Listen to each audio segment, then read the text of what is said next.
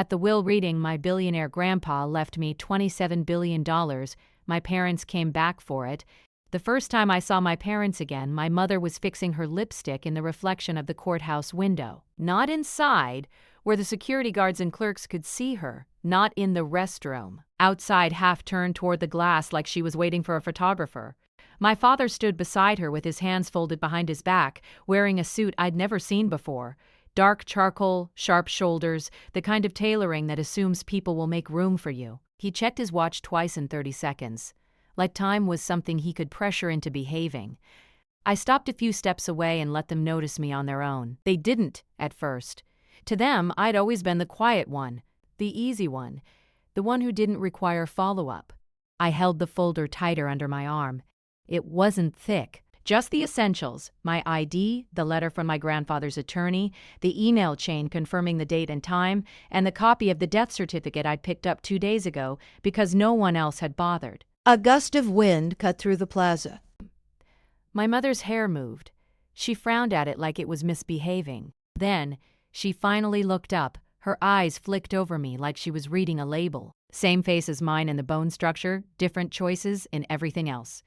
"Oh," she said, voice bright with surprise that wasn't surprise. "There you are."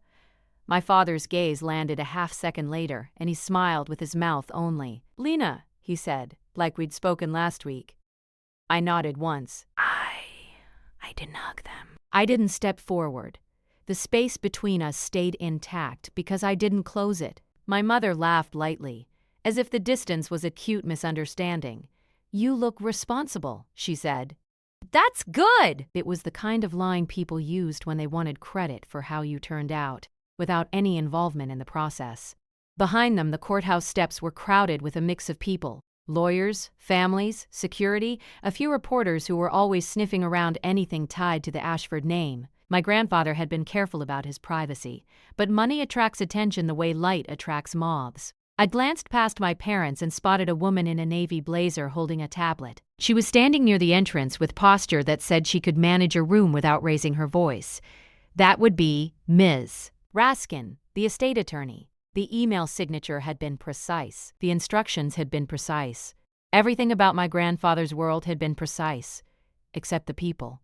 "Are you here alone?" my mother asked, leaning in as if she expected me to be flustered by the question. "I'm here," I said. My father's smile widened. "We're glad you reached out." I didn't correct him. I hadn't reached out. Miss Raskin had. The first contact I'd received after the funeral was a formal email titled, "Ashford Estate, will reading attendance confirmation." The funeral itself had been small, by design. My grandfather's instructions were strict. No live stream and no press. Limited guest list. I'd sat in the second row next to a woman I didn't know, an assistant maybe, and watched the closed casket while men in expensive coats shook hands like they were closing deals. My parents hadn't come to that. They'd come to this. My mother linked her arm through my father's as if they were arriving at a gala. "We didn't want you to feel overwhelmed," she said. "These things can be intense." I looked at her hand. Her nails were fresh, pale pink, squared tips.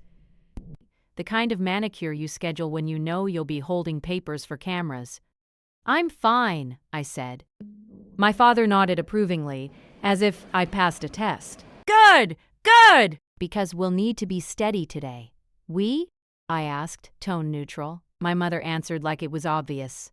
"As a family!" That word, family, always arrived right before someone tried to take something. We walked inside together.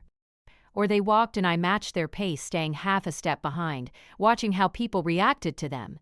The security guard at the metal detector looked up longer than necessary. My father gave him a practiced nod. My mother offered a smile that implied they belonged here more than anyone else. I set my folder in the tray, stepped through, collected it again. Simple actions. Controlled. Familiar. I'd learned to move quietly in rooms that weren't built for me. In the hallway leading to the conference room, a cluster of people waited. 2 lawyers, a man with silver hair and a visible cufflink logo, a woman in a cream coat tapping on her phone. They all looked up when my parents arrived, like my parents were the headline. My mother lifted her chin. My father adjusted his tie. No one looked at me until Ms. Raskin stepped forward. "Lena Carter?" she asked. "Yes." Her eyes flicked to my parents, then back to me. She didn't smile, but her tone softened slightly. "Thank you for coming." "We'll begin shortly. Please, this way." She opened the door and gestured me in first. My mother's smile tightened, just a fraction, like she'd been denied a small courtesy she expected. Inside, the conference room was plain. Long table, black chairs, a pitcher of water, legal pads stacked neatly, no portraits, no grandeur, just paperwork and consequences. A court reporter sat at the far end, setting up. 2 witnesses stood near the wall. Everything about the space said, "What happens here becomes record." My mother chose a seat near the center, close to Ms. Raskin, and patted the chair beside her like I was a child being told where to sit. "Come," she said softly. "You're good with money." I didn't move toward that seat. I sat 2 chairs away, leaving a gap. My father's eyes flicked to it, then away. He sat on my mother's other side, forming a neat trio with me, slightly out of alignment. Miss Raskin took her place and opened a slim binder. "Before we begin," she said, "I want to clarify who is present and in what capacity." She read names. "The witnesses, the court reporter, an additional attorney representing interested parties." My mother sat a little straighter at that phrase. Then Miss Raskin looked directly at me again. "Lena Carter is present as the named beneficiary and executor designate per the Ashford Trust documents." The words landed quietly, but my mother's inhale wasn't quiet. "Executor," my father repeated, like he was tasting it. My mother turned to me with a smile that was supposed to look proud. "Well, she said, voice light. "Isn't that something?" I kept my expression steady. I hadn't known about executor status until I read the email attachments the night before. I'd stayed up until 3:12 a.m., reviewing every page, making notes, cross-checking definitions I didn't fully understand, and writing down questions in the margin. I wasn't surprised my grandfather had done it. I was surprised he'd made it official, Ms. Raskin continued. "To be clear, today's reading is the summary of provisions. Full documents will be provided to relevant parties. Any disputes will follow proper legal channels." "Of course," my father said quickly. "We're not here to make trouble," my mother laughed, the sound polished. "We're here to support Lena. Support Lena," another word that always arrived before pressure. "Miss Arip." Raskin nodded once, then turned a page. Harold Ashford executed the most recent will and trust amendments on September 14, 2025. These documents have been verified and witnessed. September 14th. I wrote it down anyway. My mother leaned toward me, whispering as if she was sharing something intimate. "He was confused near the end," she said. "You know that, right?" I looked at her. He wasn't confused when he called me on my birthday in October. Her mouth stayed smiling, but her eyes sharpened.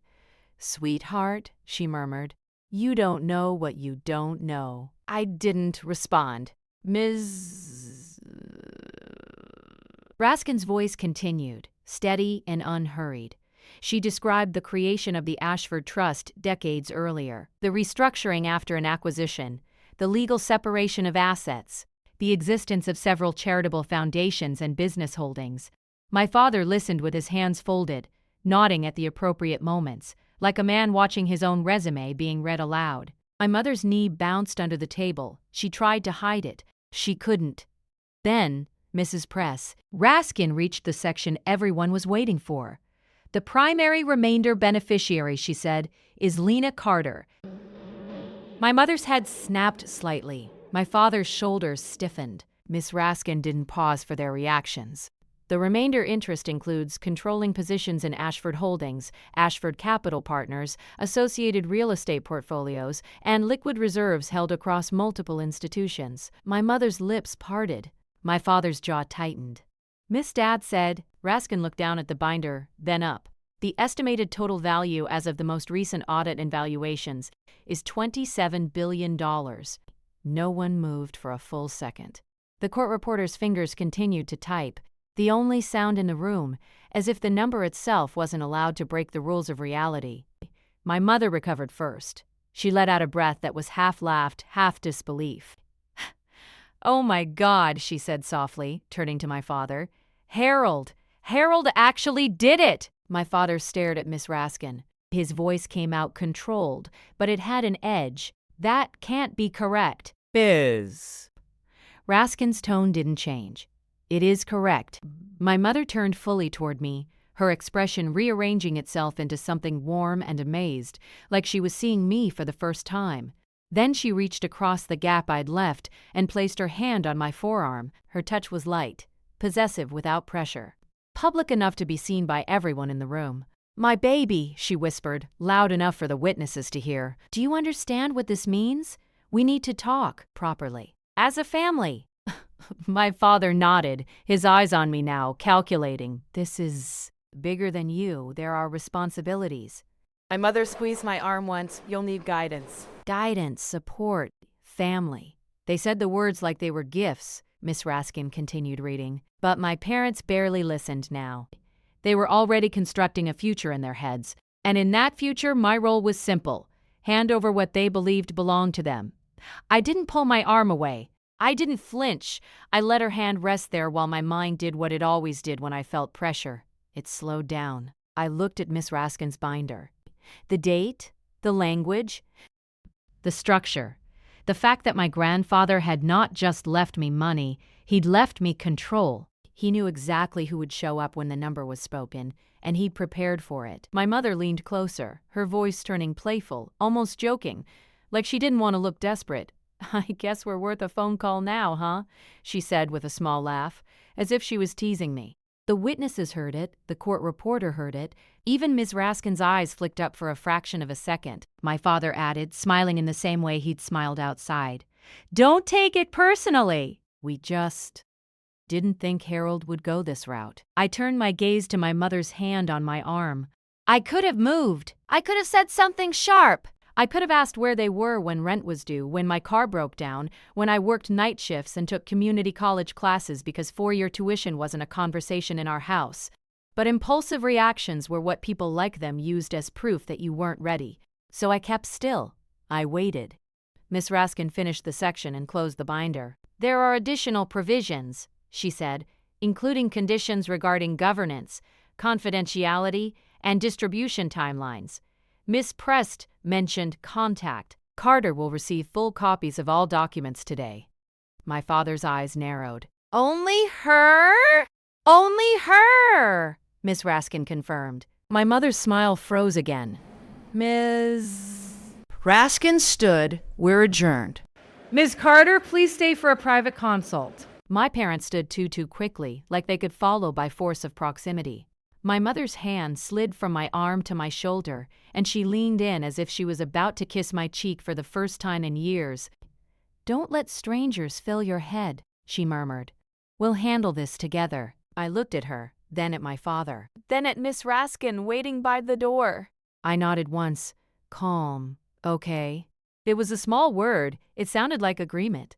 My mother's face brightened instantly, relief spilling through her carefully applied expression. My father exhaled, like he'd won something.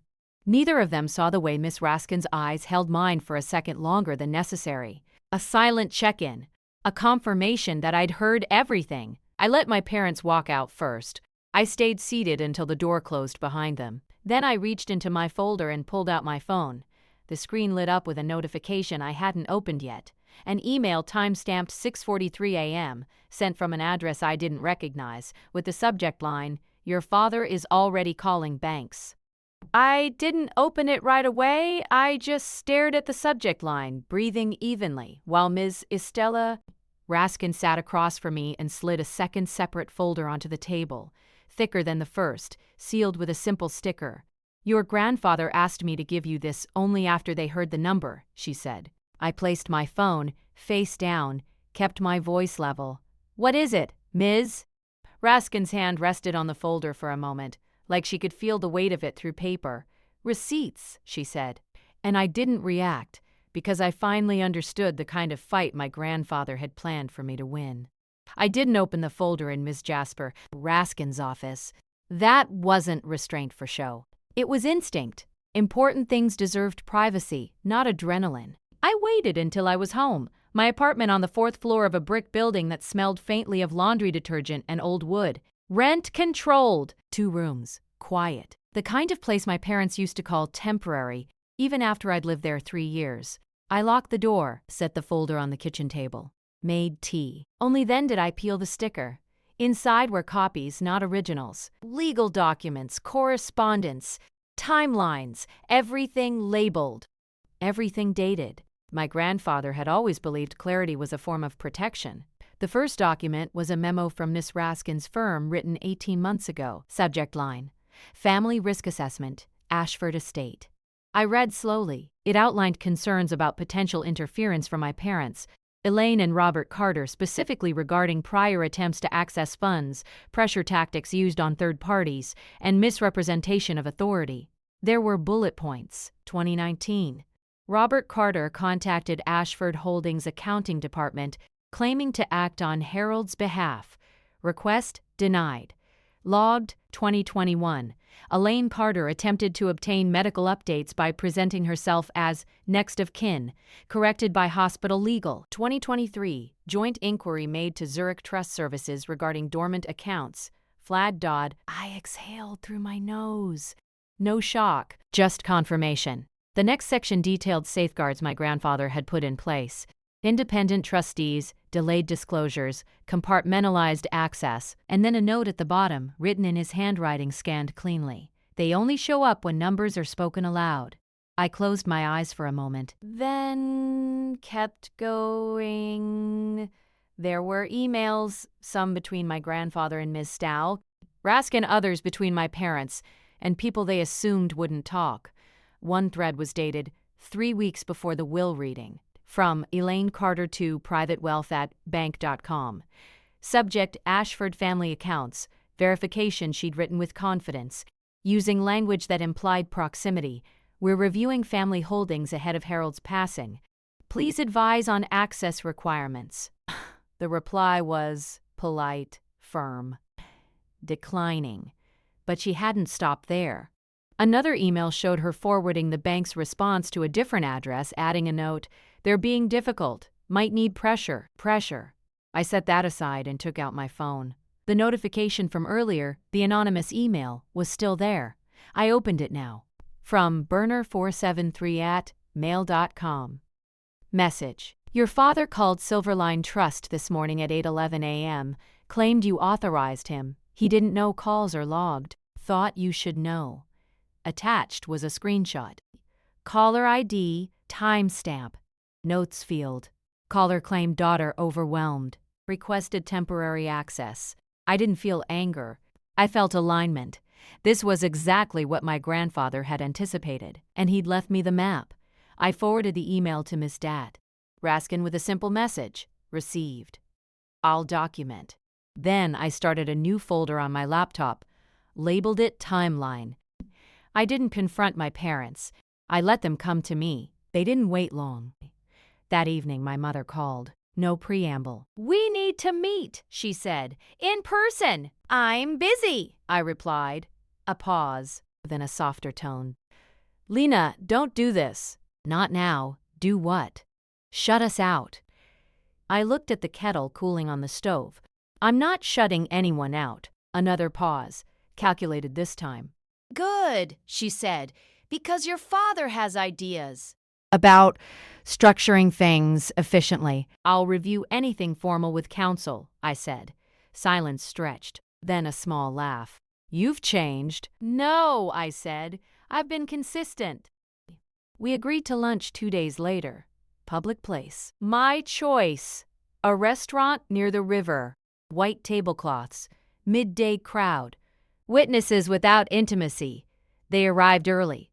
My mother stood to hug me. I accepted it briefly. My father shook my hand like we were closing a deal. We ordered. They didn't touch the menu prices. My father leaned back, relaxed. We've been talking, he said, about how best to protect you. I listened. There are predators, my mother added. People who see a young woman alone with that kind of money and think, I'm not alone, I said. I have advisors. Her smile tightened. Advisors don't love you. Love Another word deployed, like leverage. My father slid a manila envelope across the table. "Just a proposal," he said lightly. "I didn't open it yet. It's a temporary power of attorney arrangement," he continued. "Limited scope. Just until you get your footing." "Temporary," my mother echoed. 6 months! "A year, max!" I looked at the envelope, then at them. "Who drafted this?" I asked. "A friend," my father said. "Too quickly." I slid the envelope back. "I'll have my attorney review it." My mother's tone sharpened. "Why are you being difficult?" I met her eyes. "I'm not!" She exhaled sharply, then smiled again, performing patience. "You always were stubborn." I made a note of the phrase. After lunch, I scanned the document.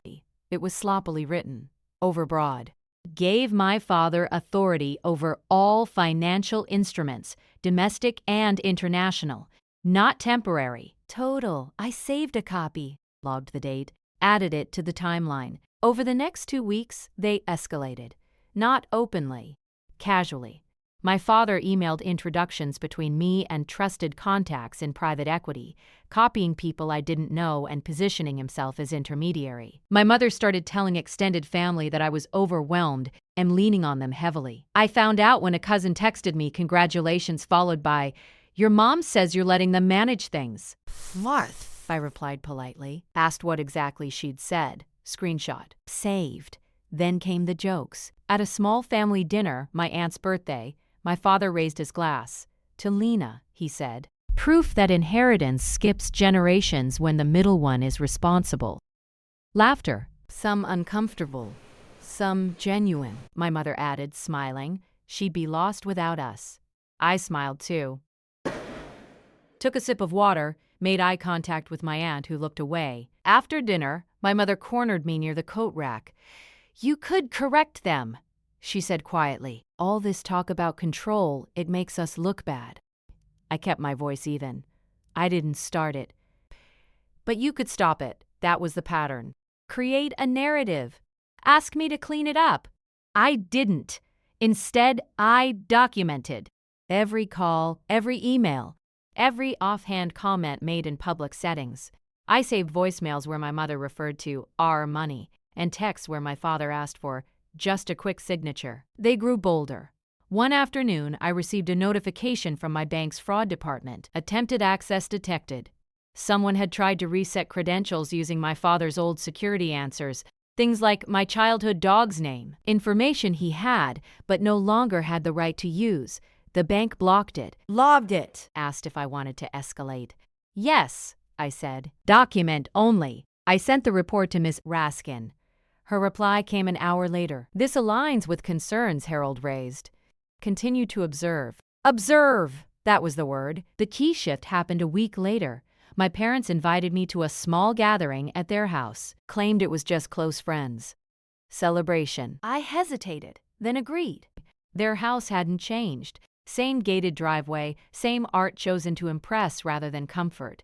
But the guest list had a local councilman, 2 business owners, a lifestyle blogger my mother liked, and notably, a man I recognized from one of the emails, someone my father had labeled a structuring consultant. I arrived on time, neutral dress, minimal jewelry, my mother greeted me loudly. "There she is, our girl." Wine glasses clinked. Phones came out. The consultant approached me with a smile that assumed consent.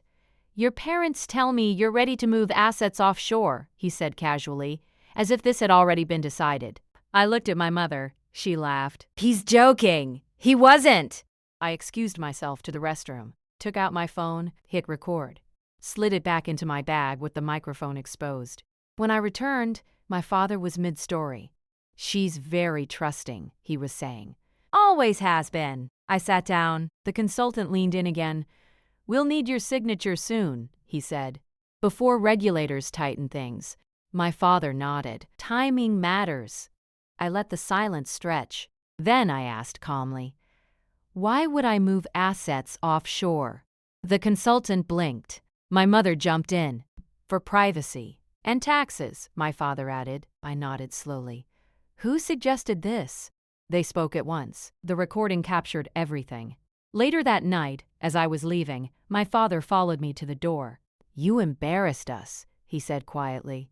"I didn't say anything," I replied. "That's the problem." I went home, uploaded the audio, labeled it Dinner Offshore Discussion.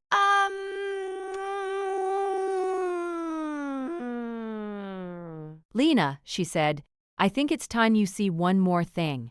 An hour later, an encrypted file arrived. Inside was a document I hadn't expected, a signed affidavit dated 2 years ago.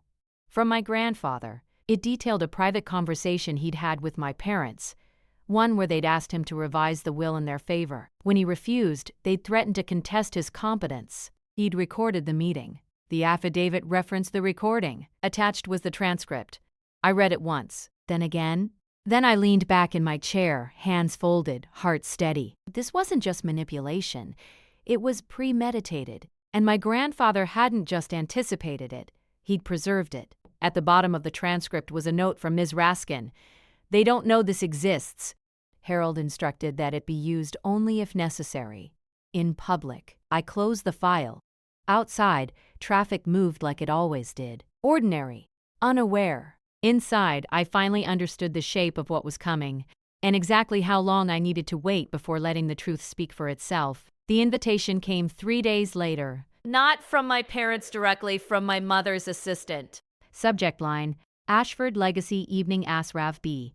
Confirmation the email was glossy even in plain text. Venue listed as the Grand Meridian Hotel. Date set 2 weeks out. Dress code, formal. Purpose, celebrating Harold Ashford's life and legacy. It wasn't a memorial. That had already passed. This was something else. I forwarded the invitation to Miss Raskin. Her response was short. "Their positioning. Proceed carefully." I RSVP'd yes. From that point on, my parents stopped pressuring me privately. No calls asking for signatures. No quick questions. No jokes framed as concern. Instead, they shifted to performance. My mother posted photos online, old ones she'd never shared before, pictures of her and my grandfather at charity events, cropped to remove other people, captions about family bonds and honoring his vision. My father gave an interview to a local business outlet, speaking vaguely about the next generation and continuity. He didn't name me. He didn't have to. Everyone already knew. Behind the scenes, they were building a room, and they wanted me in it. 2 days after the RSVP, Miss Raskin asked me to come in again. This time, the meeting included a man from a forensic accounting firm and a woman from a compliance consultancy. Both introduced themselves without ceremony. "We're not here to advise you on emotion," the woman said. "Only sequence." They laid out the landscape. The event my parents were hosting wasn't just social, it was strategic. Investors, local officials, media-adjacent guests, people who talked. They intended to present themselves as stewards, steady hands guiding an inexperienced heir. They didn't need my signature yet. They needed my silence and my proximity. I listened, took notes, asked questions. "What happens if I do nothing?" I asked. The accountant answered. "They'll keep speaking for you. And if I correct them publicly?" The woman shook her head. "You'll look reactive, Ms. Aramis." Raskin met my eyes. "Your grandfather anticipated this moment. He believed in timing." I nodded. "Then we wait." Preparation became procedural. We verified every document in my folder, cross-checked timestamps, confirmed chain of custody for the recordings, identified neutral witnesses who could attest to authenticity if needed. We didn't leak. We didn't threaten. We didn't hint. I continued my routine. Work! Gym! Groceries. Ordinary life as insulation. My parents, meanwhile, grew louder. A week before the event, my mother called and left a voicemail. "Just checking in," she said brightly. "The planner needs your preferences for the evening. Also, we're thinking you should say a few words. People expect it." I didn't respond. The next day, my father texted. Short remarks would go a long way. Shows unity. I saved both. At work, a colleague asked if I was excited about the gala. The word had already traveled, I smiled politely. "It's an event." The night of the Legacy evening arrived, warm and clear. The Grand Meridian's ballroom was all glass and gold, floor-to-ceiling windows, chandeliers designed to sparkle without warmth. Staff moved efficiently. Security was discreet but visible. I arrived alone. My mother spotted me immediately. She crossed the room with practiced urgency, air kissing my cheek. "You look beautiful," she said. "I'm so glad you came early." My father joined us, placing a hand lightly on my back as if guiding me. Cameras flashed from somewhere near the bar. "Everything's set," he said. "We'll start in 20 minutes. I scanned the room, recognized faces from the emails. "The consultant was there! The councilman!" A journalist I'd seen my father speak to before. There was also a small stage, podium-centered, with a backdrop bearing the Ashford name in tasteful serif lettering. I took my seat at the front table. My name card was placed between my parents. They'd arranged it so no one could miss the picture. As guests filtered in, people approached me with congratulations and assumptions. "You're lucky to have such experienced parents," one man said. "Family leadership matters," another added. My mother smiled at each comment like she'd earned it. When the lights dimmed, my father stood and approached the podium. He spoke smoothly. "About legacy. About responsibility. About values passed down." He mentioned me once, referring to my daughter, who will carry this forward with our explained guidance. "Explained." My mother followed, voice soft, emotional in controlled doses. "Harold believed in family," she said, "and he believed in protecting what he built." I watched faces in the crowd nod along. Then my mother turned toward me, hand extended. "Lena," she said, "would you like to say something?" The room went quiet. All eyes shifted. This was the moment they'd planned for. The visual confirmation.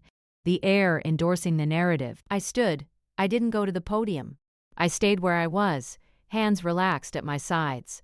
"I hadn't planned remarks," I said calmly, "but I do want to clarify something." A ripple of attention moved through the room. My father's smile tightened. My mother froze, hands still extended. "I've heard a lot tonight about unity and guidance," I continued. "Before we go further, I think it's important to be precise." Ms. Raskin stepped into view near the side of the room. So did the compliance consultant, quiet, observant. "I'm grateful to everyone who came to honor my grandfather," I said. He valued transparency. My father stepped closer to the stage. "Nina," he said softly into the microphone. "This isn't the time." I met his eyes. "It is." I reached into my clutch and removed my phone. "I won't speak long," I said. "But I want to make sure we're all working from the same facts." A hush settled.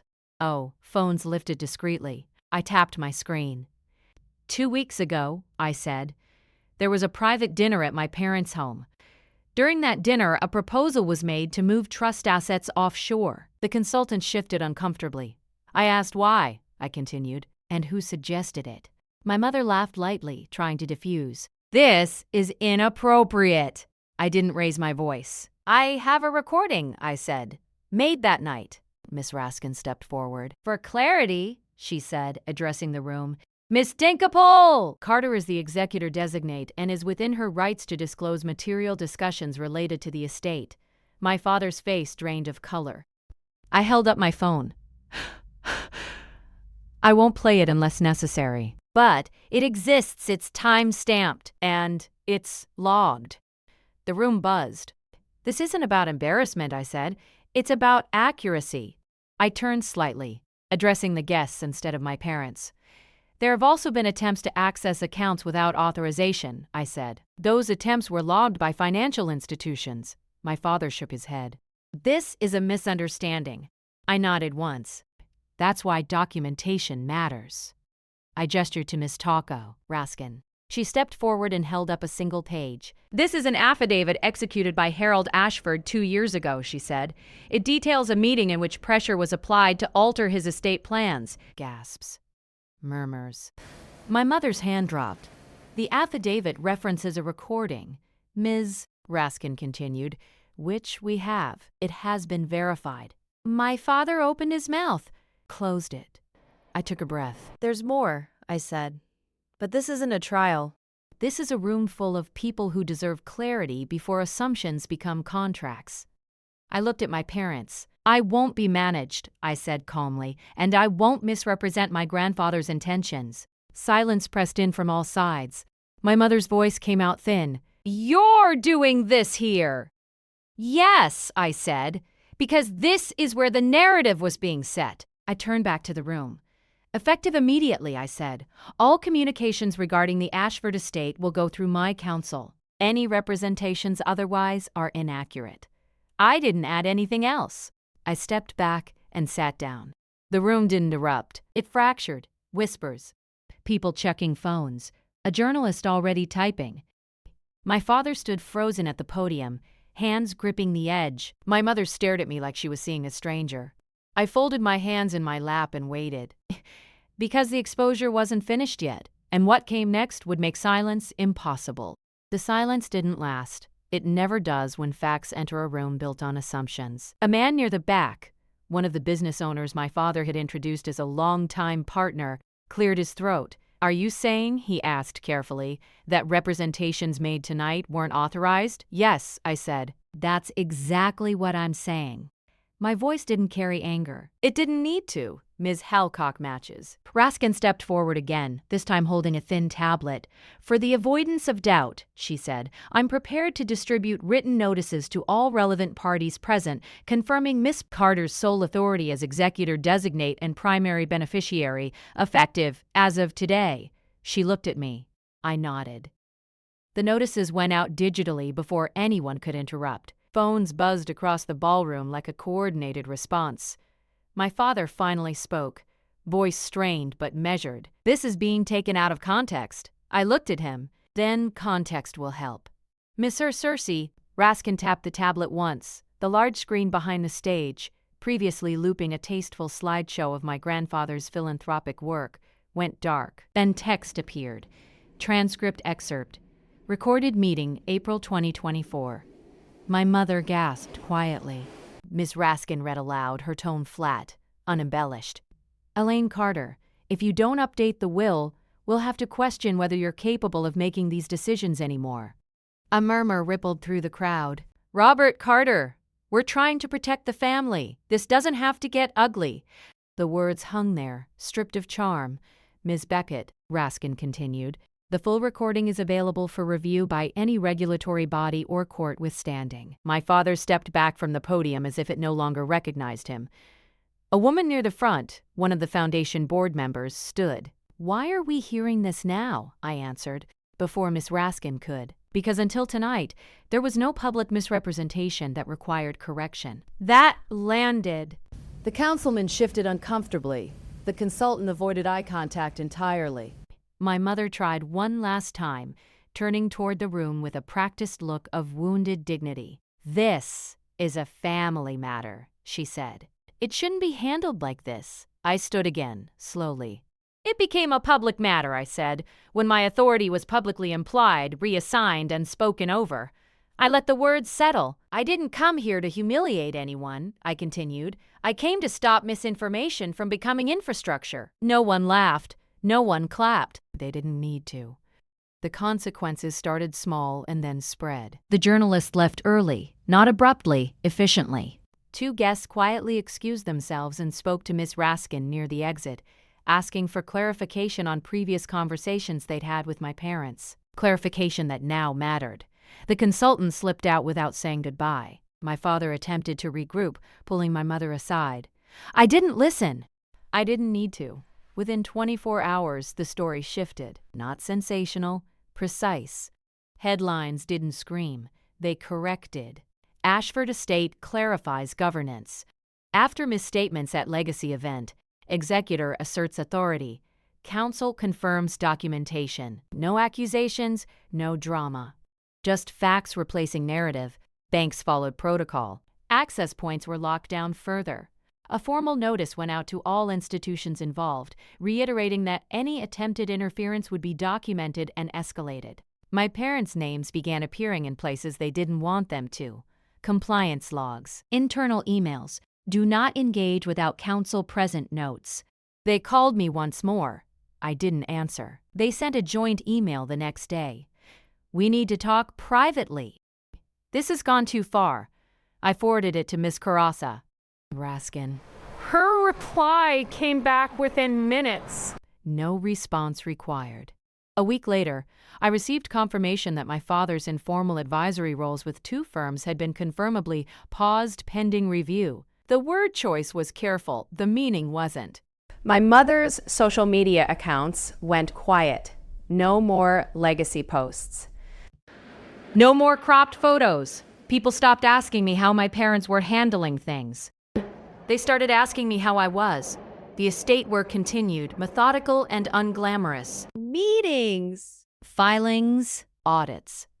I learned more in 3 months than I had in the previous 10 years. About governance, about power, about how quickly confidence dissolves when it isn't backed by authority. I didn't rush anything. When my parents attempted to contest a minor procedural detail, nothing substantial, just noise, it was dismissed without a hearing. The affidavit and recordings existed. The pattern was documented. Their attorney advised them to stop. They did. The last time I saw them was 6 months later, at a required mediation session related to a separate family trust that held nothing of consequence. My mother looked smaller. My father looked tired. "No one!" yelled. No one apologized. At the end, my attorney asked if I wanted to add anything to the record. I thought for a moment. "Yes," I said. "That all future communication go through counsel only." It was granted. After that, my life grew quieter. Intentionally. I moved to a different apartment. Not bigger, just better suited. More light. Fewer assumptions. I kept my job longer than people expected. Left on my own terms. Built a team slowly, carefully. I honored my grandfather the way he'd actually lived. By funding systems, not spotlights. By backing people who didn't need to announce themselves. Sometimes I think about the night of the legacy evening, not with satisfaction. With clarity. My parents didn't lose because I outplayed them. They lost because they mistook access for entitlement, proximity for power, and silence for weakness. I never raised my voice. I never chased revenge. I just stopped letting other people speak for me, and that turned out to be more than enough.